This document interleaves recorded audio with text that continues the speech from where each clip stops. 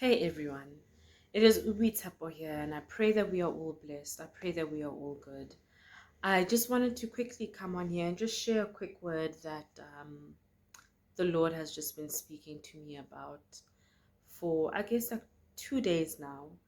Um, and it's a word that He's brought to us before, but I do believe when the Lord repeats Himself, um, and emphasizes a certain topic or a certain lesson, it's chances are we are finding ourselves in the same situations, or we are finding ourselves feeling the same things or doing the same things, right? So he comes back around as gracious as he is, and he reminds us of this lesson. What I'll be doing is linking the videos that I've done before on this, but this time around the Lord has used a totally different scenario to show us what being or taking offense in him may lead us into, right? So in your own spare time, please go and read 2 Samuel's 6 verse 4 to 11, right? But just to give you guys the short version of the story, David decides that he is about to bring the ark of the Lord back into the city of David, and it is a joyous occasion. Everyone is extremely excited. The whole of Israel is extremely excited that the ark of the covenant is about to enter back into the city. And what happens? The word says that when Nacon's when they came to Nacon's threshing floor, Uzzah reached out with his hand to the ark of God and took hold of it, because the oxen stumbled and nearly overturned it. And instead of the Lord looking down at Uzzah and saying, "Oh, thank you so much for helping me out," the Lord actually, in anger, struck Uzzah down. The word says that God struck him there for his irreverence, right? Because you are not fearing the Lord, you are not revering the Lord. So the Lord struck Uzzah down, and Uzzah died right there. And the word says that David became angry and grieved and offended because of the Lord's outburst. So, right there, the first lesson that we are learning from the story is to refrain from trying to help God.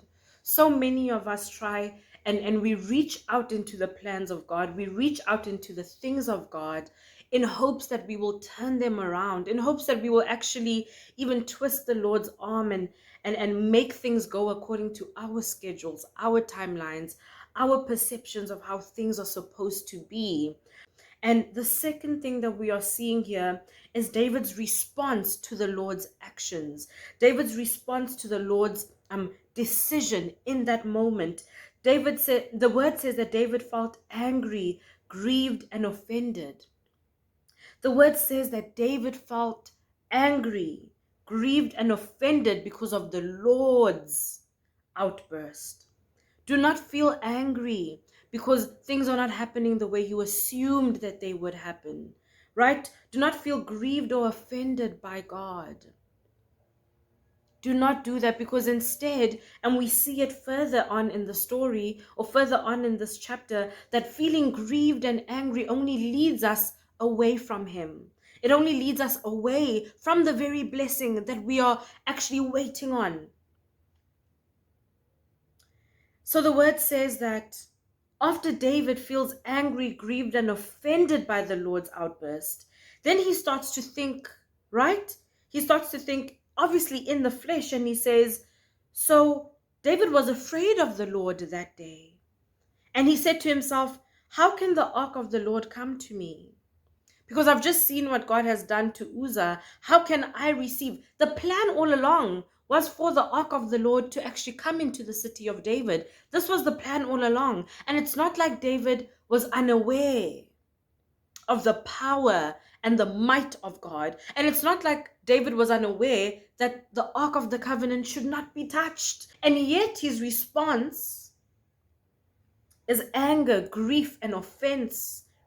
Maybe he was close to Uzzah, right? Maybe if it was someone else that the Lord struck down, David wouldn't have given two hoots and a butterfly. But he's not expecting the Lord's outburst towards this specific person. So now he's grieved, he's angry, and now because he's thinking from a place of offense, he says, how can the ark of the Lord come to me when it was coming to him this whole time? That was the plan. The word then says David was unwilling to move the ark of the Lord into the city of David with him. Instead, he took it aside to the house of Obed Edom the Gittite. Now listen to what the word says. So the ark of the Lord remained in the house of Obed Edom the Gittite for 3 months. And the Lord blessed Obed Edom and all his household. You know, when you continue to actually read this chapter, you find that people actually come to David and they say to him, yo, Obed is being blessed on that side. Look how well the Lord has favored him simply because the ark of the Lord is right there with him. I just wanted to come on here today and just encourage us. Things may not be going the way you expect them to go. They might not be happening on your timeline, but do not take offense in God. Do not stop praying. Do not stop worshiping. Try your best to not stop believing. Because little do we know that when we take offense, when we are angry, when we are grieved and we remain in that place, keep in mind there's nothing wrong with feeling anger. There's nothing wrong with feeling grieved and offended, right? These are natural human feelings. I want to even take it a step further. God is so loving and understanding. He gets it. He gets why you would feel some type of offense or some type of way when you look at a certain thing that he's doing that you just don't understand. But then don't turn your back away from him. Don't begin to remain in that anger, remain in that grief, remain in that offense and decide that what was for me is no longer for me.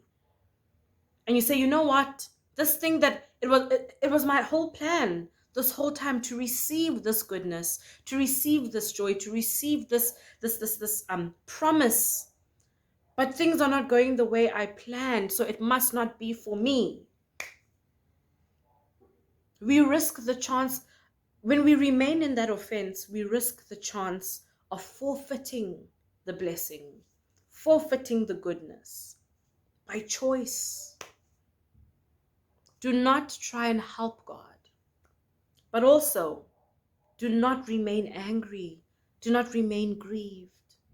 Do not remain offended by the Lord and the choices and the things that he allows to take place. That promise is still yours. That goodness is still yours, right? And if the plan is that it's coming into your city, allow it to come into your city. Do not let the anger, the grief, the confusion, the frustration take over. Still allow that goodness of the Lord to come in because it is yours. In the name of Jesus. Be blessed, guys. Bye-bye.